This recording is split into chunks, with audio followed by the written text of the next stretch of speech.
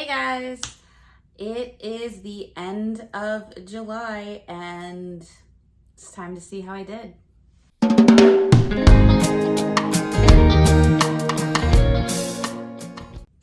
Hey guys, if you are new here, welcome to the Book Path. I'm Nicole, and if this isn't your first rodeo, thanks for sticking around.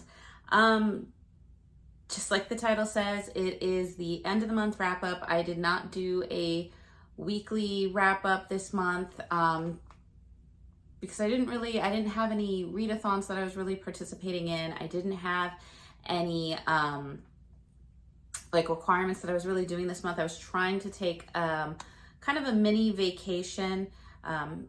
Sorry, it just got really dark in here even though it's sunny outside.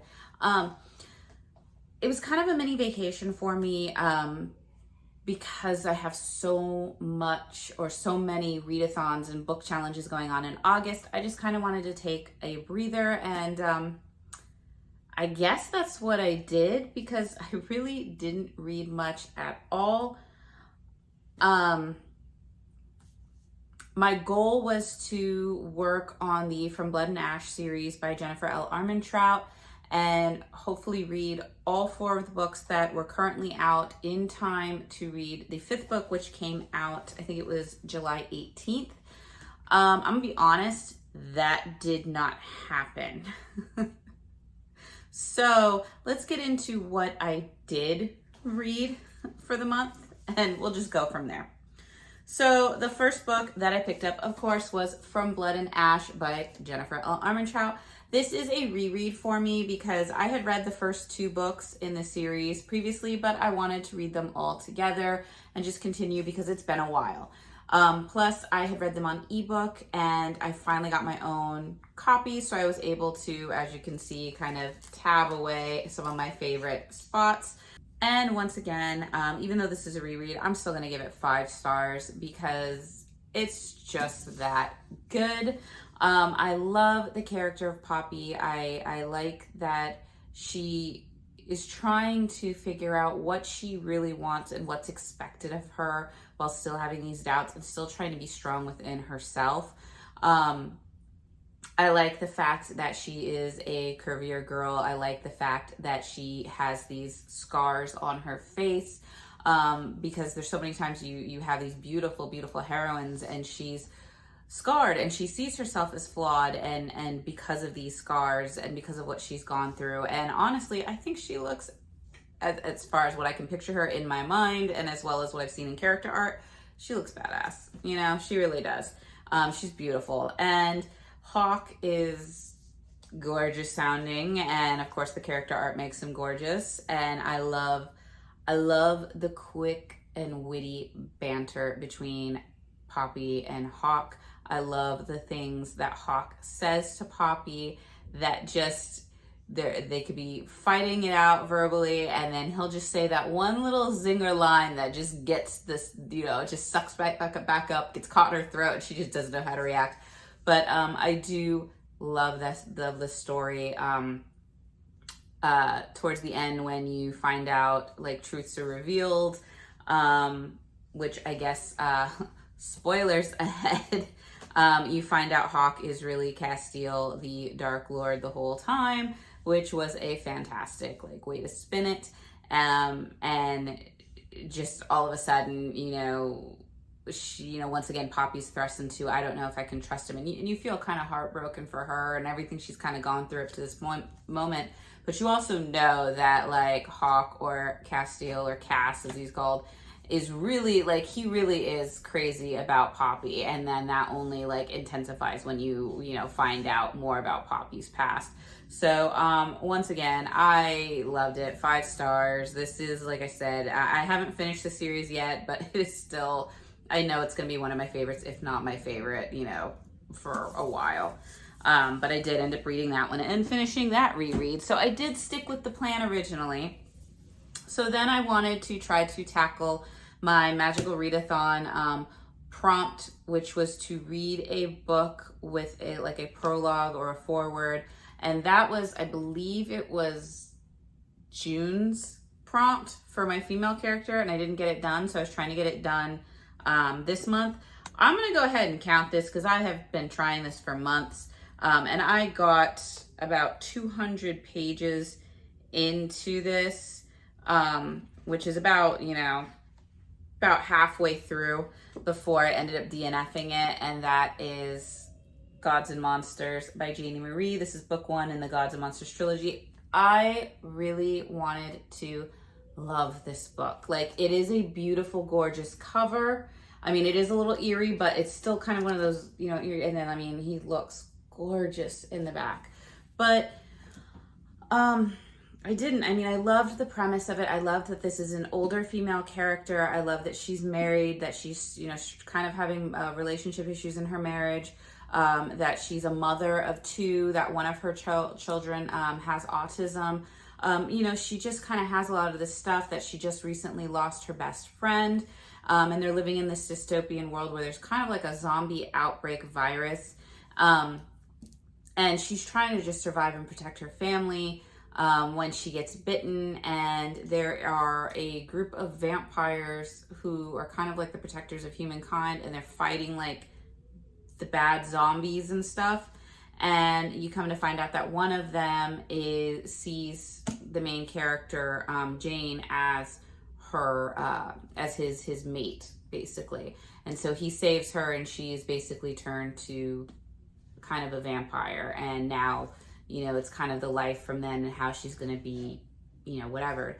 Like I said, premise sounded super cool.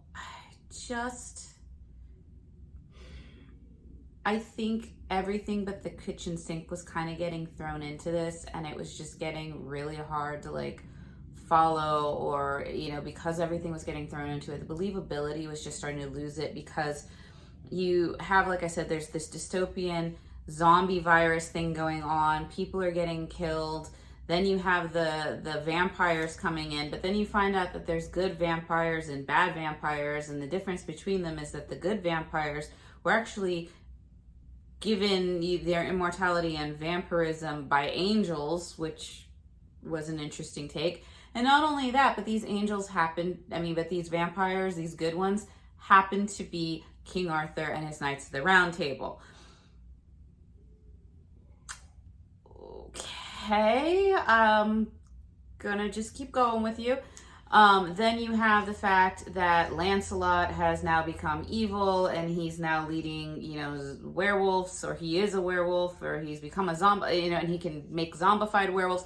It was just kind of getting out of there. And then all of a sudden, out of nowhere, when you're just thinking, okay, there's, good vampires, bad vampires in this zombie world, and even the good vampires prey upon blood, which I thought was really interesting, because if you're angelic and you're supposed to be good, why would you need to feed off of the humans? And then it's just the fact that you don't give in to your thirst that makes you, it was confusing. It was confusing what the laws or rules of this vampirism, immortality, what really made the good, what really made the bad, because it seemed like it was all kind of coming from the same place. And then to add on to it, you had Lancelot now, who wants Jane because there's some sort of darkness in her, and so you don't know if she's going to be good or bad.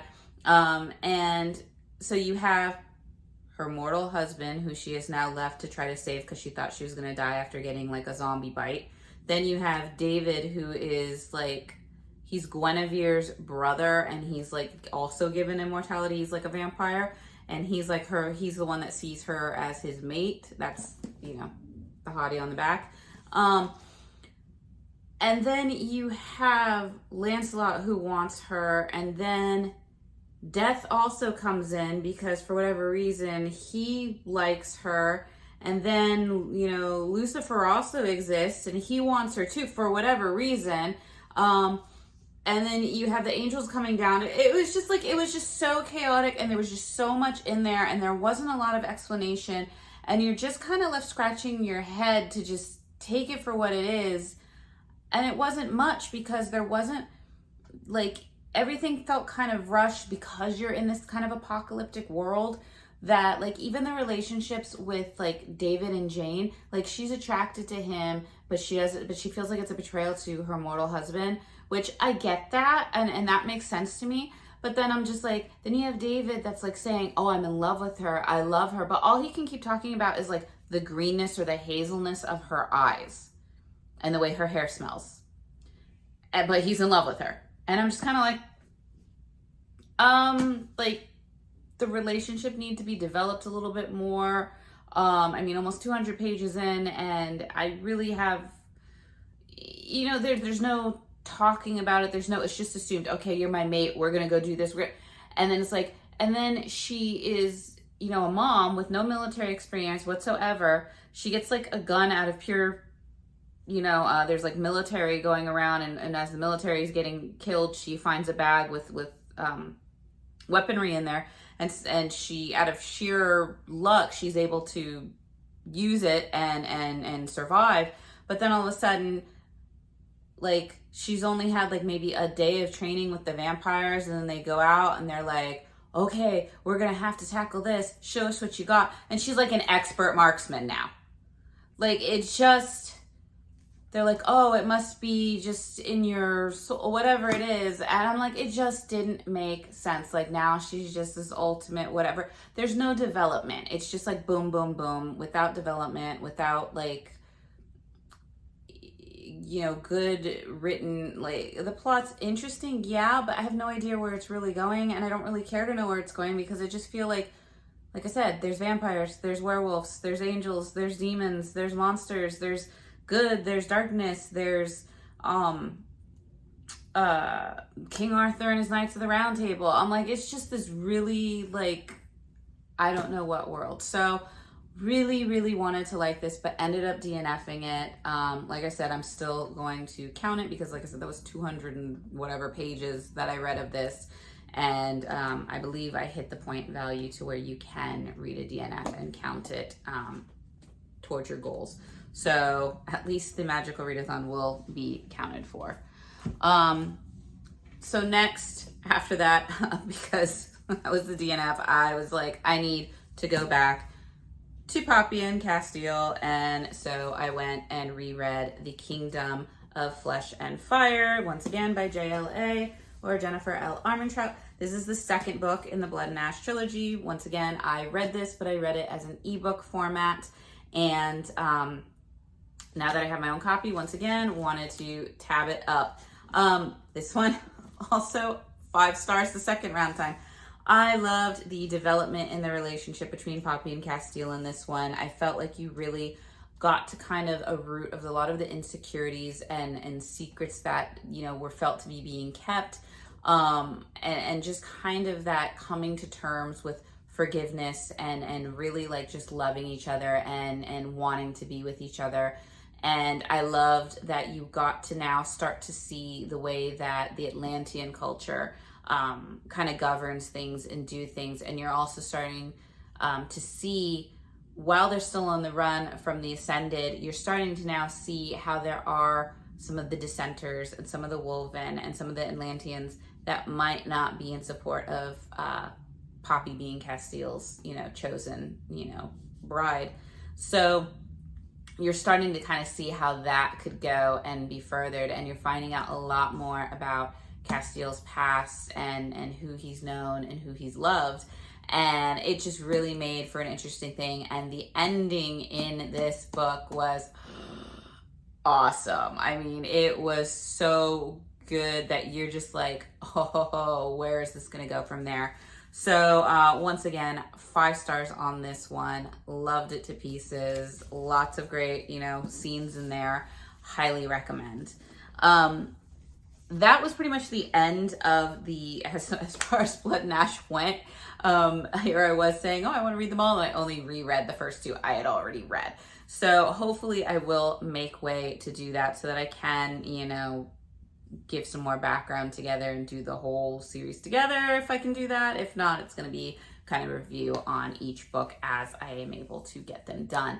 But I did end up trying to read one last book. I tried to give it the college go. It didn't go so well, and that was Trial of the Alchemist by Trevor Mellinson. This one was brought to my attention because it is up for SPIFBO this year. It was announced back in June, and this is one of the contenders. And it sounded like an interesting premise when I was looking at all the books. You basically have a world that is fantasy and steampunk, and you have an alchemist on trial for murder basically, and you're gonna see, like, as he's telling his side of the story, there's more than meets the eye, and through him unveiling the story, you're gonna see more conspiracies and more things that nobody ever imagined are gonna come to fruition or come to light. And that just sounded kind of interesting because, it sounded to me like fantasy steampunk mystery.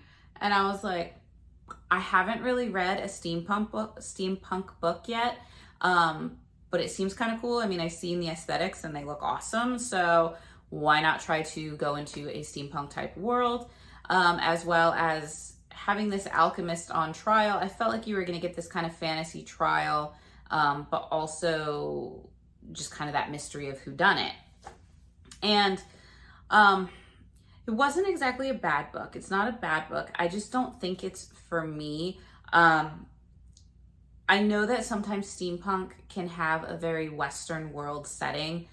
I am not a Western person. I don't like when they're like cowboys. I don't like when they're like in the Wild West or saloons, or it's not my thing. So this world felt kind of Wild Westy. It was, even though it's supposed to be like going to a mining town, like this big, like, it sounds like a glamorous mining town, but when you're there, it really doesn't seem all that glamorous. There's no real world building in this, in the sense of like, you have this steampunk world, and I was wishing that I could like see it as a steampunk world, whereas it just felt like it was a regular world. I mean, he got on a regular seeming train that was supposed to be kind of nice. It had regular cars. There wasn't any little gadgets or gizmos or whatever. The only thing that I felt was steampunk in this world was the fact that they had alchemists. And apparently even then there's like a few of them, and they're only really in 3 professions, which is like psychology, like almost like a legal type of field, and then like the research type. And I'm like, if this is gonna be like that steampunk world, isn't there like people who make the puppets and the robots, or the gas lamps and things like? It just didn't feel like it had like tiny aspects of what you would think a steampunk is. So it just wasn't like, the world building on it just didn't feel good for me. The ways that the dialogue the characters had in this trial, like they present the main character, Alchemist Ortiz as his name is. They say he's supposed to be very like charismatic and whatever, and he just felt like he was rambling a lot of the time, and I didn't feel, whatever. And it's really just the dialogue of him like telling you this information. You don't get to know what his body language is like if he's winking at the crowd or just playing to the people or smiling, or what gives him this, personal whatever. He just, like, it's weird because you get told that he's, this charismatic, handsome type person, but the way he talks, he doesn't really have that much personality. And that's what I kind of felt like. I felt like not a lot of the people in the book had a lot of personality. They were just existing. And I couldn't really keep going with that. So when you had a kind of a subpar world building for me, the characters weren't really there. And then you're starting to find out that it might not be about the murder of the main like guy that he's on trial for. It might be something else. It just, while I can appreciate that kind of level of mystery, everything else just kind of made me not care. And once I get to that point of not caring, I have no drive to like really finish the book, so I didn't really want to finish it. So I DNF'd it, but like I said, it wasn't that it was exactly like horribly bad. It wasn't whatever. It just felt a little lackluster to me, and it just wasn't in a, I guess, genre or world that I like, if that makes sense. So like I said, I DNF'd that one, and I'll just keep trying to tackle some other spiffbos to see if there is one that I do like. But other than that, that is basically what I read. Only like 4 books not that many at all. Um, not that happy about it because I would have liked to have, at least made like 5 or at least had 4 books that I, finished all the way through. But it is what it is. And there was also a lot going on, it being July. We had 4th of July get-togethers, summer school was finishing out, and then we did have family surprises towards the end of the month to kind of help us with some home renovation projects that we had, which was absolutely fantastic. And so, like, not a lot of time for reading, I guess. But it is what, like I said, it is what it is, and that is what I read. So I am happy that at least I had 2 5-stars, even though they were rereads and I kind of knew they were going to be a 5-star. I still really enjoyed them, and I guess I did get the breath of fresh air that I needed before the chaos of August begins. So with that being said, let me know how your July went. Was it hot? Was it cold? Did you get a lot of rain? Ours was pretty hot and humid over here. But did you have a good month? Did you have a good reading month? What was your favorite read of the month? And I mean, just let me know how you guys are doing. I always like hearing, your thoughts, your ideas, any suggestions for books that I should pick up. And I wish you guys the best. I know August is coming upon us, so stay cool, stay hydrated, take care of your guys' self. And I will see you guys in the next video. Bye.